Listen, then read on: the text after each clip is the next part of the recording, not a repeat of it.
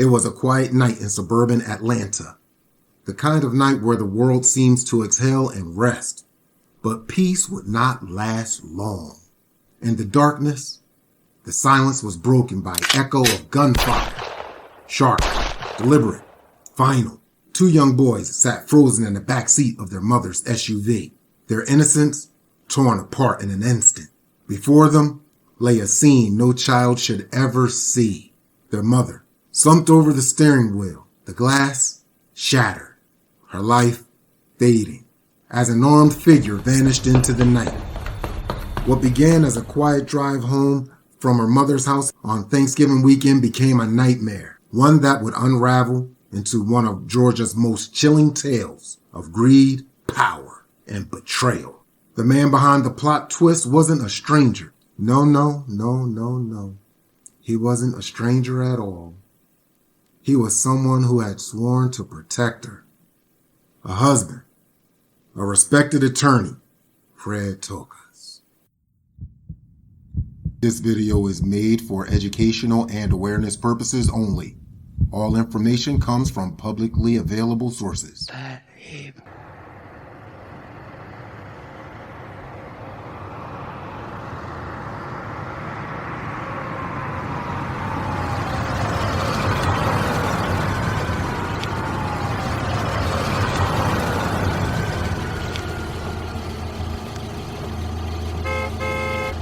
Hey, what's up, yo? It's me. I'm back.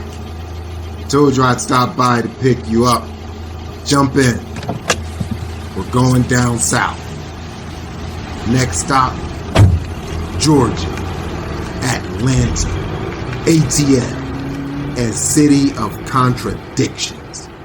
A skyline born from steel and fire, where justice and injustice share the same streets. And we're going to journey through from the heartbeat of Peachtree Street to the quiet reflections of Oak Lawn Cemetery, to uncover the soul of a city that's seen everything, from courtrooms and protests, struggle and triumph, to art, tragedy, and transformation. Every corner tells a story of ambition, resilience, and redemption. This is a city that refuses to forget its past, even as it rushes boldly towards the future. We're going to put our finger on the pulse of the city. But before we do that, we're going to stop by the Fulton County Courthouse, also known as the Halls of Justice. It begins here, where truth stands trial. The Fulton County Courthouse, the stage for some of Georgia's darkest and most defining cases. Inside these marble walls, lawyers rise and fall. Verdicts echo like thunder. And justice, sometimes, well, justice can be fleeting. But it's found in the smallest moments of truth. This is where power is tested and character revealed. For every sentence handed down, a life changes forever. And yet, beyond the courtroom doors, another fight continues. The fight for conscience. Although currently under construction, still a few blocks away stands a monument to courage, the National Center for Civil and Human Rights. The whispers of the past breathe through the walls. The songs of freedom marches, the letters of Dr. King, the faces of ordinary people who changed the world. It reminds us that Atlanta's story isn't only written in laws, but in blood and in lives. Each exhibit a promise that dignity is not negotiable and equality is not optional. Yet the fight continues. From the voices of protest to the voices of creation, the Beltline and Krog Street Tunnel, art and rebellion. Follow the Beltline and you'll find Atlanta's post painted across its walls. In the Krog Street Tunnel, color becomes a language. Graffiti turns to poetry. Each mural, a confession, a rebellion, a love letter to the city that made it. In this underground gallery, you see Atlanta's unfiltered, loud, defiant, alive. The art changes daily because the city refuses to stand still. But every masterpiece has its shadows. and every city hide its ghosts. Oaklawn Cemetery, the city of the dead. Beneath the oaks and the magnolias of Oaklawn Cemetery lies the heart of old Atlanta. Soldiers, slaves, freedom fighters, mayors, poets, all rest beneath the same earth, covered by the same dirt. The marble that sits above these graves tells stories of triumph and tragedy, of a city burned and rebuilt. Time moves differently here, slower, humbler. The silence isn't empty, it's reflective. You can almost hear the city exhale. And when the day ends, the living gather where the skyline meets the sky. And then we move on to the next. You know something?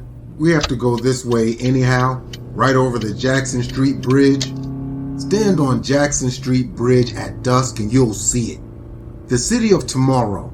The skyline glows like a constellation built by human hands. Below, headlights stream like veins. Proof that Atlanta never sleeps, never stops. It's the same city that faced scandal and sorrow, yet somehow always finds its way back to the light. It's one of those things that you can't help but appreciate.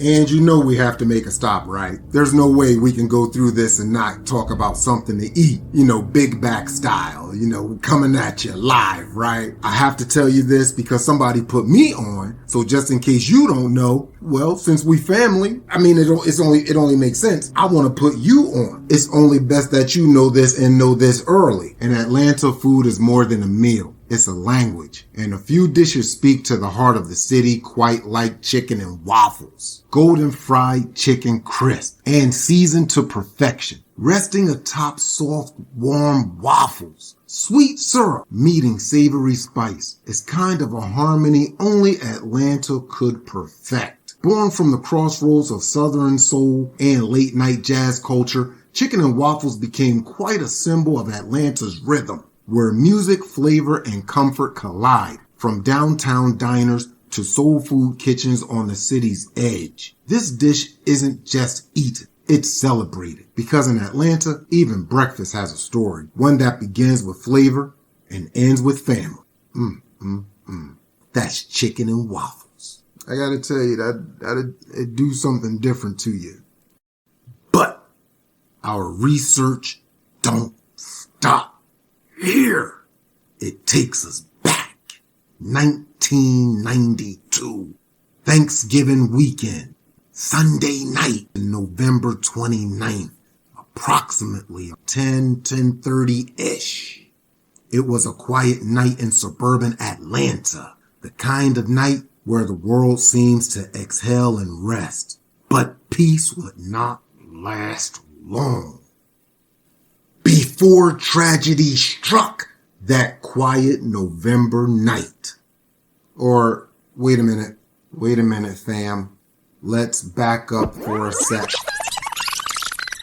Before tragedy strikes, let me introduce you to our players. Frederick, can we call you Freddie? Or Fred?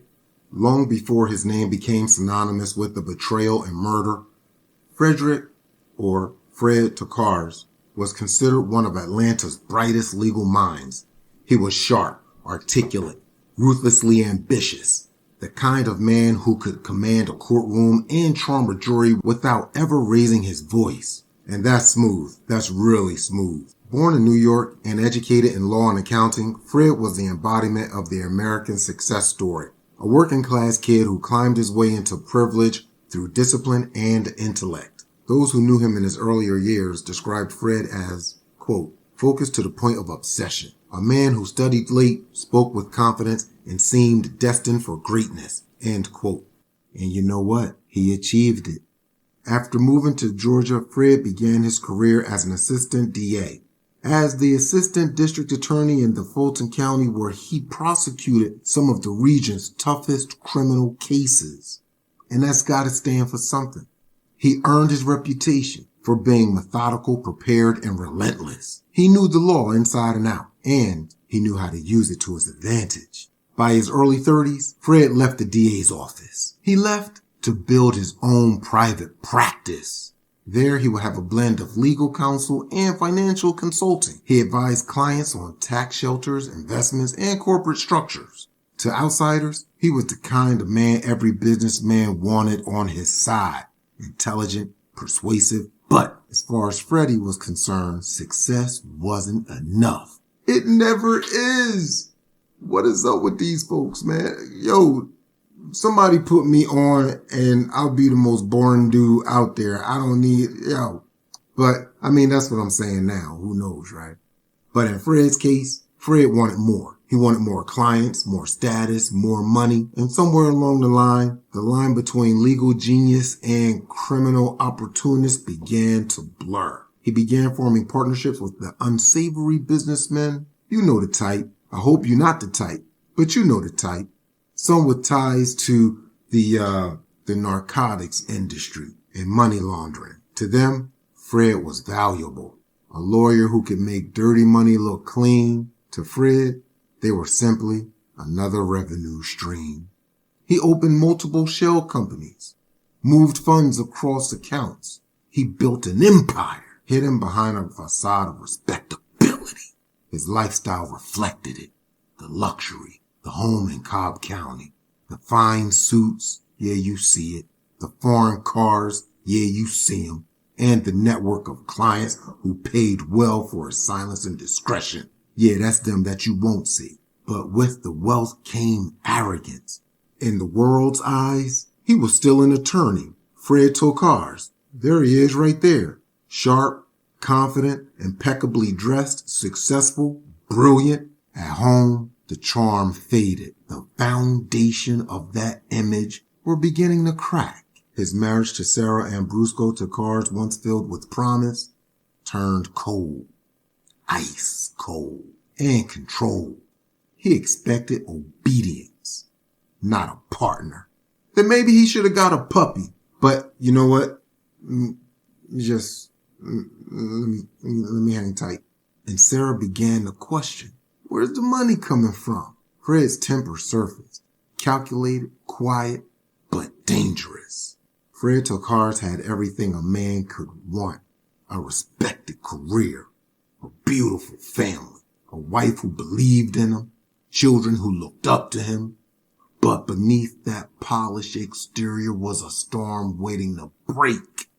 A man so obsessed with power and image that he would rather destroy his own family than to face the truth of his deceit.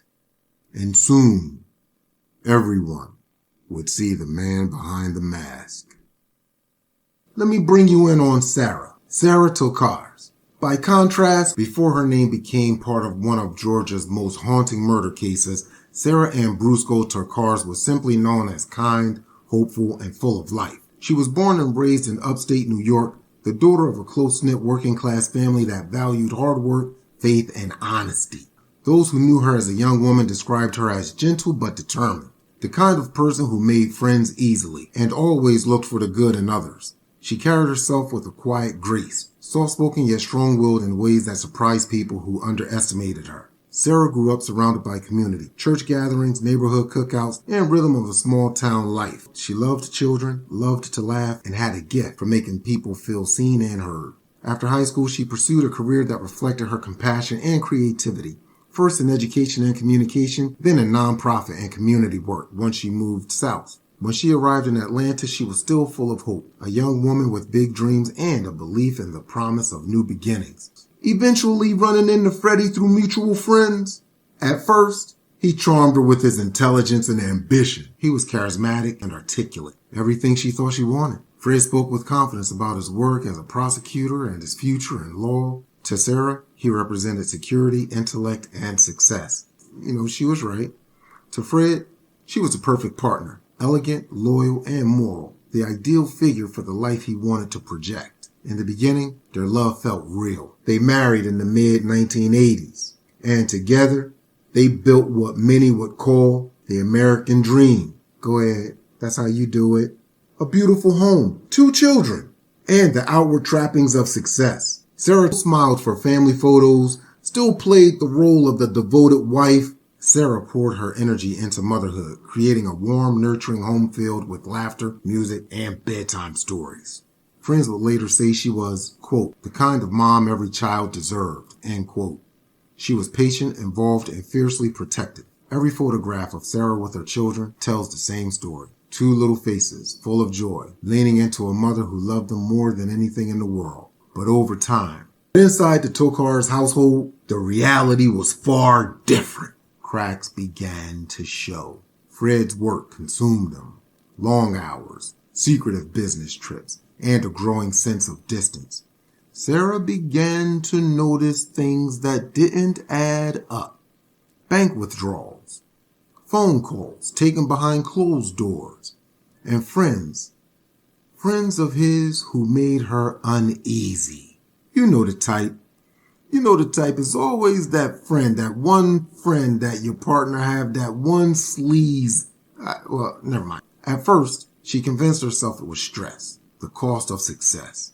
But soon, the man she had fallen in love with became someone unrecognizable, controlling, dismissive, and increasingly cold. Her friends recalled the pain in her voice when she confided that Fred was, quote, not the man she thought she'd marry, end quote. Damn. And here we have player 3, Eddie Lawrence. Born and raised on the south side of Atlanta, Lawrence came from working class roots. He was known in the neighborhood as the quiet, resourceful man, quote, who can get things done, end quote.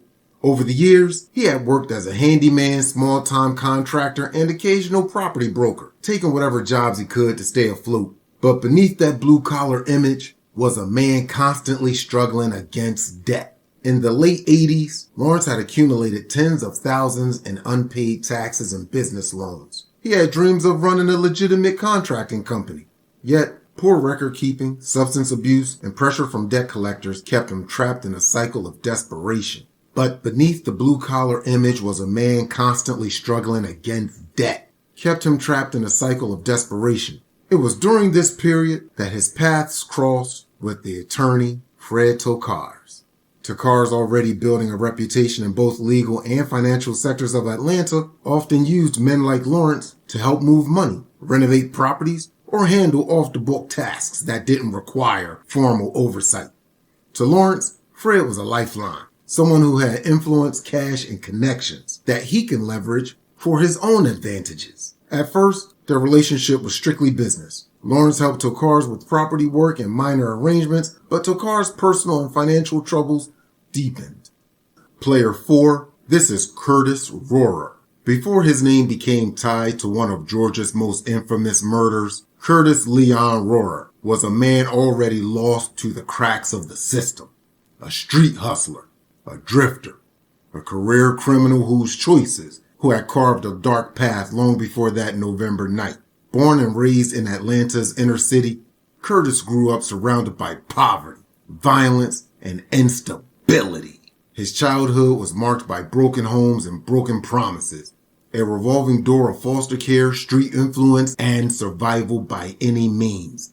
By his late teens, he was already familiar with the inside of a juvenile detention center. By his 20s, his rap sheet told the story of a man hardened by circumstances, armed robbery, burglary, drug possession, and theft.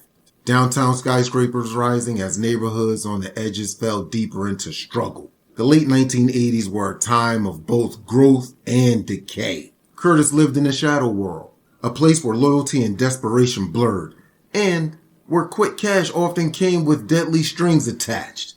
Those who knew Curtis said, quote, he wasn't inherently violent but angry, impulsive, and easily influenced, end quote. He could be talkative one moment and paranoid the next, and behind every crime was the same motivation, money and survival. Fred Tokars and Sara Ambrusco Tokars appeared to live a life of suburban success. A picture of affluence, ambition, and respectability in the growing Atlanta suburbs of the early 1990s. The Tokars' home in Cobb County was a house divided. Immaculate on the outside, but fractured within. Fred Tokars was no ordinary man, though. By all rights, Freddie had it going on. But beneath that polished exterior lay another side, one far more dangerous. Giving Fred's intelligence, he had mastered a delicate art, living two lives. In public, he was a husband that waved at neighbors from the driveway, the father who showed up at his son's soccer games with a polished smile, and the lawyer whose advice carried weight in business circles. He was the image of success, well-dressed attorney mingling with judges, bankers, and politicians in Atlanta's growing professional class. He carried himself with confidence, a man who believed he'd outsmarted the system. To those who met him, Fred Tokars was admirable, intelligent, and ambitious. But to those who looked closer, there was something colder beneath the surface, an emptiness where integrity should have been. And behind closed doors, Fred's second life thrived in secrecy. His law office became a front for money laundering operations, hidden behind layers of corporations, fake contracts, and false tax filings. Drug traffickers and street dealers quietly funneled their profits through his networks, their dirty cash emerging as clean investments. And Fred took his share with precision, always staying one step removed from the actual crimes. He was careful, calculating. He knew how to avoid detection, how to manipulate the law he once swore to uphold. And the deeper he went, the more untouchable he believed he was. But maintaining two lives come at a cost. The long nights, the whispered phone calls, and the locked briefcases began to draw Sara's suspicion. She had once trusted him without question, but now she noticed the clues, the secretive meetings, the unexplained income, the tension that crept into his voice whenever she asked, "Where you been?" Yeah, y'all know the one. Y'all know what I'm talking about. Sara started to feel trapped, living beside a man she no longer recognized. He had grown secretive, temperamental, and distant. But once proud of his ambition, Sara now saw it as something darker, a hunger for control that consumed everything around him. Sara's marriage had grown tense. She was living in fear and illusionment. Sara started to feel trapped, living beside a man she no longer recognized. She no longer confided in him. She confided in her friends that Fred's eyes had changed. The man who once smiled at her across candlelight dinners now looked through her as though she were an obstacle, not a wife. She began to write her fears down in journals, letters, and whispered conversations with friends. In those pages, Sara documented a life of quiet torment, a man whose love had turned to manipulation and whose promises were traded for threats. When Sara found financial documents she didn't understand, bank records that didn't add up, she asked him about it. Fred brushed her off with cold indifference. When she pressed harder, he raised his voice. And that's crazy, because he don't raise his voice in the courtroom. But okay, you want to raise your voice at home? Oh, okay, I see you, player. And when she threatened to seek legal advice on her own, his tone shifted from anger to warning. Her friends would later recall the anxiety in her voice when she said she thought Fred was involved in something dangerous. He was. Fred Tokars was now living a lie so deep he could no longer tell where the truth ended and fiction began. He was a lawyer, laundering money for criminals, a husband betraying his wife with mistresses, a father who wore his own family as a disguise. Every morning he shaved, dressed in tailored suits, and looked into the mirror, not to see he man he was, but to make sure no one else ever would. The mask of Fred Tokars had begun to crack, and the woman who once stood proudly beside him was about to become his greatest threat. And then came the infidelity. Sara discovered that Fred had been seeing other women, a betrayal that cut deeper than she could bear. She had told close friends that she might have evidence of Fred's illegal activities, evidence that could ruin him. And she also said that her husband had become a stranger, quote, a stranger in his own home, end quote. Fred had become a man she no longer recognized. His lies were no longer confined to business dealings. They had invaded the very heart of their marriage. By the fall of 1992, Sara was ready to make a change. She was meeting with divorce attorneys. This was her route out. This was the chance for her to break away from Freddie Bear. But it's not as easy as it sounds. It wasn't as simple as it seems. Because the glaring fact that people discounted is Freddie controlled everything. The home, the money, in many ways, her safety.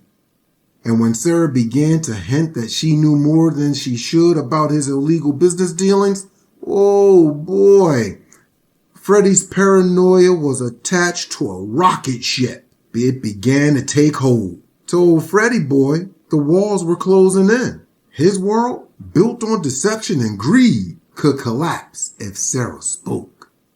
Divorce wasn't just a personal failure. It was a threat to his reputation, his career, his finances, and his freedom. Those close to the investigation would later say that Fred Tokars saw only two options. Just two. Lose everything or silence the one person who could destroy him. For Fred, whose empire and reputation depended on silence, that threat was too much to bear. The successful attorney, the family man, the husband, the father, the image of control, all began to unravel into the mind of a man willing to do the unthinkable to protect himself. The seeds of betrayal had been planted. And before the season was over, that seed would bloom into one of the most shocking crimes. Two lives, one built on lies, the other on love, were about to collide in a way that would leave the family and the entire state of Georgia changed forever. Damn. It was the Sunday after Thanksgiving, November 29th, 1992. The night air in Cobb County carried the quiet hum of a city winding down. They were only minutes from home. The streets were dim, the suburban headlights cutting through the misty Georgia air. Then in an instant, a shadow emerged, a man with a gun, and everything changed. A muffled confrontation, confusion, and then a single gunshot. The stillness of the night shattered.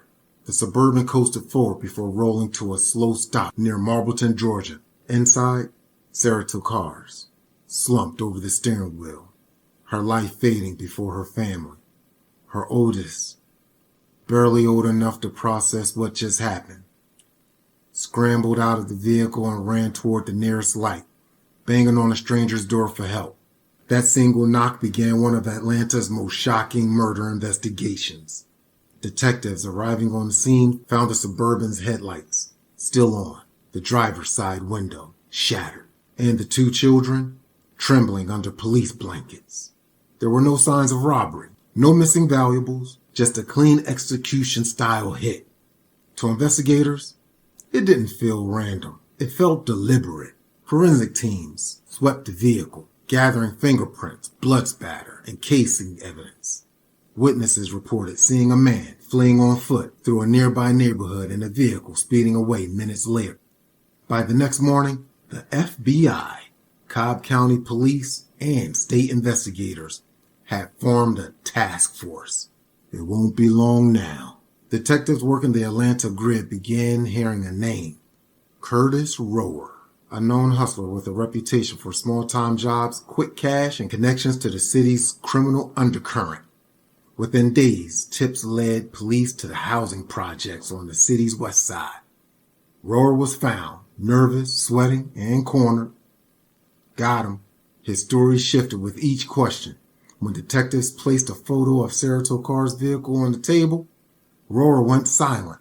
Hours into the investigation, under the glare of fluorescent lights, he finally cracked, admitting to being the gunman, but insisted, quote, never meant to kill her, end quote. He said the job was supposed to be, quote, scare, end quote. Something set up by a man named Eddie who claimed he was just a middleman. That confession changed everything. It was the first solid link in the chain that would reach all the way back to Fred Tokars, the impeccably dressed attorney who had built his reputation on law and order. With Rower's statement in hand, investigators turned their focus to Eddie Lawrence, a small-time contractor with acquaintance to Freddie Tokars. They picked him up days later at his home where he tried to play innocent. Calm at first, then unraveling as detectives laid out what they knew. Phone records between him and Rohrer, suspicious payments from Tokars' accounts, and a timeline that made no sense. Under pressure, behind closed doors, Eddie's defenses crumbled. Fear, guilt, and the unbearable weight of what had happened began to surface. He knew more than what he was letting on. In a dimly lit interrogation room, he made the decision that would change everything.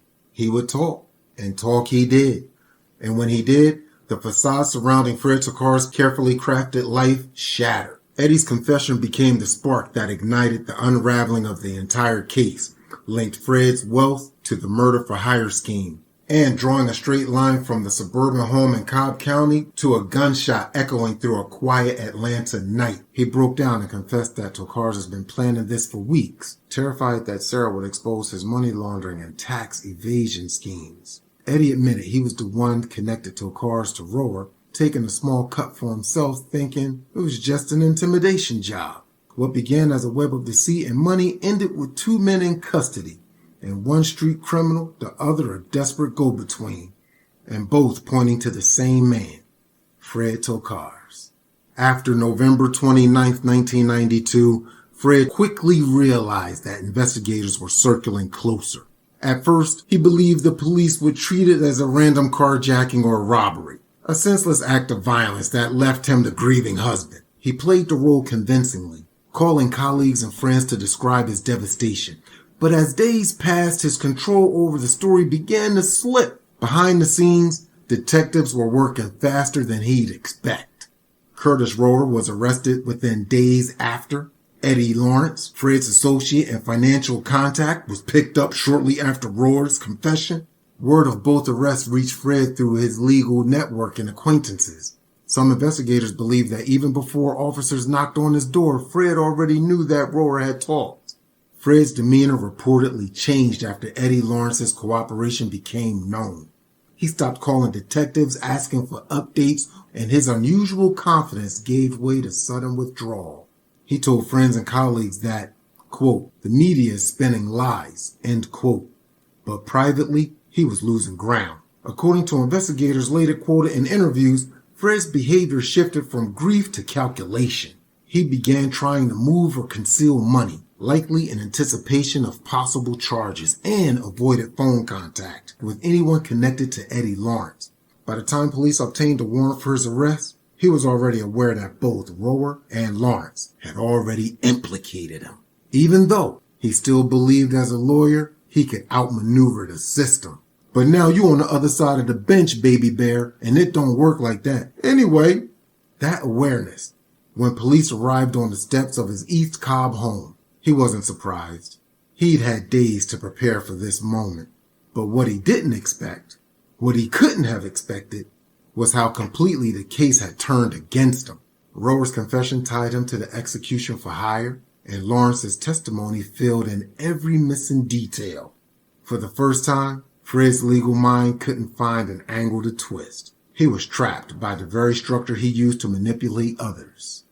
Got him. At the Cobb County Police Headquarters, Fred was seated under the hum of the fluorescent lights. His posture straight, his jaw tight, his lawyer's instincts fully awake. He refused every offer to speak without counsel. He refused to show emotion. But detectives done their homework. They placed photos on the table, Sara's Suburban, Curtis Rohrer's mugshot, and Eddie Lawrence's signed confession. Fred's eyes lingered on the paperwork, but he didn't flinch. He leaned back and whispered, almost to himself, quote, you can't prove I pulled the trigger, end quote. The guy actually said that. The lead investigator paused before replying, quote, no, we can't, but we can prove you paid for it, end quote. For the first time, Fred's composure cracked. Just slightly, though. Just slightly.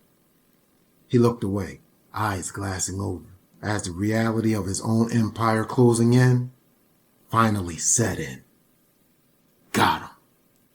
By nightfall, the news broke across Atlanta. Fred Tokars, attorney, husband, father, arrested for the murder of his wife, Sara. The city was stunned. His colleagues were speechless. From the suburban home to the county cell, Fred Tokars' world collapsed in less than a week. The man who once believed he could outsmart everyone had been cornered, not by brilliance, but by his own arrogance. The same legal system he once manipulated was now preparing to judge him. And you know what? Curtis Rohrer wasn't born a killer. He was molded by poverty, hardened by the streets, and used by a man who had everything to lose. After his arrest, Curtis faced a death penalty. But during the long battles that followed, he cooperated with prosecutors, admitting his role in naming Fred Tokars as the man who orchestrated everything. His confession became the cornerstone of the state's case, turning the spotlight from the trigger man to the lawyer who had paid for the crime. When the judge asked if he had anything to say before sentencing, Rohrer stood, slow, deliberate. He didn't look at the press or the gallery. He looked at the floor, and he said, quote, "I was stupid," he said softly. "I was broke. I listened to the wrong people. I didn't mean to kill her. I just wanted the money. But when I saw those kids crying, I knew my life was over that night too." End quote. A murmur moved through the courtroom.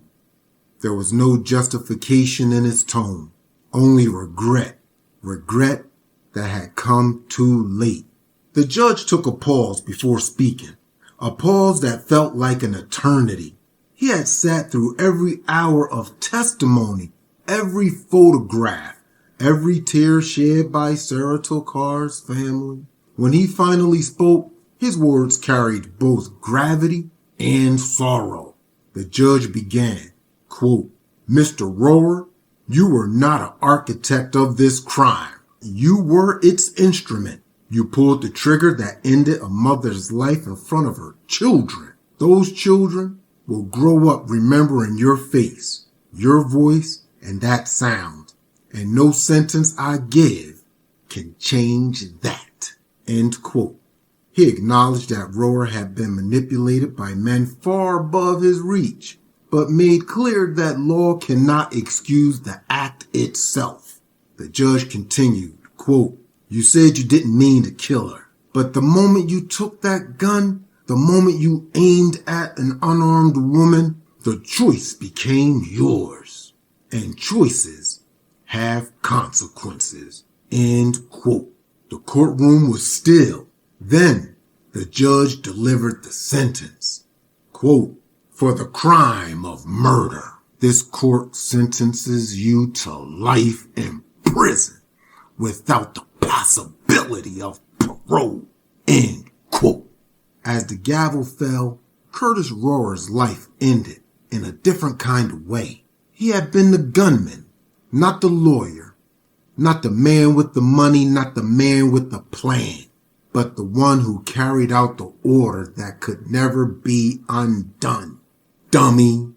In the end, the law showed him neither mercy nor hatred, only finality behind bars. He would spend his days replaying one terrible moment, the night when fear, greed, and obedience took the place of conscience. Get him out of here. And as for Eddie Lawrence, when the prosecutor stood, his tone was deliberate, calm, factual, almost weary. He reminded the court that Eddie Lawrence had played a vital role in the murder of Sara Tokars, the go-between, the man who connected the lawyer with the gunman. Without him, the chain might never have been formed.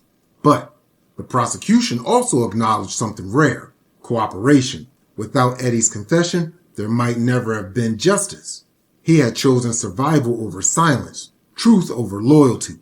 And that decision alone, though selfish, had brought Fred Tokars to the stand. Eddie's attorney rose next, voice trembling with equal parts remorse and desperation. He spoke of a man buried under debt, manipulated by a figure far more powerful than himself. He reminded the court that Eddie never pulled the trigger. He thought it would only be a scare, not an execution. And when the truth came to light, he was the first to talk, the first to help the state dismantle the conspiracy. In the gallery, whispers faded into silence. Everyone knew that whatever mercy was coming would not erase what had been done. When the judge gave Eddie Lawrence a chance to speak, Eddie stood up, shaking slightly. His voice cracked as he looked out over the courtroom, unable to meet the eyes of Sara Tokars' family. Eddie stated, quote, "I can't take back what I did," he said softly. "I can't change that she's gone. I wish I could tell her boys that I didn't know, that I didn't mean for this to happen. But I did know enough to stop it, and I didn't, and that's on me." End quote. For the first time in weeks, there was no mask of denial, no excuses, just a man stripped, lying bare by guilt and consequence. The judge adjusted his glasses and spoke with the same measured authority of someone who had seen too many lives ruined by greed. He acknowledged Eddie's cooperation, the testimony that helped secure the conviction against Fred Tokars, but reminded him that, quote, "cooperation does not erase complicity," end quote. The judge further went on to say, quote, "You were not the trigger man," the judge said, "but you were the bridge that made the trigger possible," end quote. With that, the sentence was handed down. Life without the possibility of parole. A small mercy for a man who had traded truth for survival. As the gavel fell, Eddie Lawrence's deal with justice was sealed. The man who once thought he could navigate both worlds, the streets and the suburbs, had found himself consumed by both. In helping to convict Fred Tokars, he had saved himself from death, but not from the weight of what he had done. Behind bars, Eddie would spend his years replaying the choices that led him there, much like Curtis Rower. The phone calls, the meetings, the money, the moment he said yes to something that could never be undone. Get him out of here. Curtis Rower and Eddie Lawrence are both grim reminder of what happens when greed manipulates desperation. When a man already lost becomes a weapon in somebody else's war. When Fred Tokars stood motionless at the defense table, the same man who once commanded courtrooms now faced a sentence of his own. When the judge began to speak, the tone was calm, but cutting, each word deliberate. Quote, "Mr. Tokars, you of all people knew the law. You built a career standing in this very system, arguing for justice, and yet when your own life began to unravel, you used that knowledge not to uphold the law, but to manipulate it." End quote. The judge paused, eyes fixed on Tokars, who stared straight ahead, expressionless. Quote, "You ordered the murder of your wife, the mother of your children, and you did it to protect your money and your reputation. You turned the law, the very foundation of our society, into a weapon for greed." End quote. Sara Tokars' family sat quietly in the front row, clutching photographs of her smiling face. The courtroom air was heavy with grief and disbelief. The judge went on to say, quote, "What makes your crime so vile," the judge continued, "is that you chose to use the system you once served as your shield. You corrupted justice from the inside out, and for that, this court will show you none." End quote. Then came final words. Quote, "For the murder of Sara Tokars, this court sentences you to life imprisonment without the possibility of parole." End quote. "You will spend the remainder of your days in the custody of the state of Georgia, not as an attorney, not as a husband, but as an inmate." End quote. The gavel fell. When the verdict was read, there was no cheer. No one clapped. No one spoke. Even Fred Tokars didn't move. Only a heavy silence. The man who once lectured juries on justice would now spend the rest of his life behind bars. His name forever bound to the crime that shattered a family and stunned a city. Get him out of here. Fred Tokars, the prison years. The iron bars didn't silence Freddie Bear. They only changed his audience. Inside the gray walls of federal custody, the former attorney reinvented himself yet again. This time, not as a husband or a public figure, but as a lawyer for the condemned. Ain't this about a... I'm trying, man, I'm trying. From his small cell, he wrote motions for other inmates, drafting pleas and petitions as if the law could still serve him. Those who knew him said he never stopped talking about strategy, never stopped believing that right argument could undo a lifetime of deceit. But the walls didn't move. And the years didn't listen. As his body weakened, the arrogance that once fueled him faded into routine.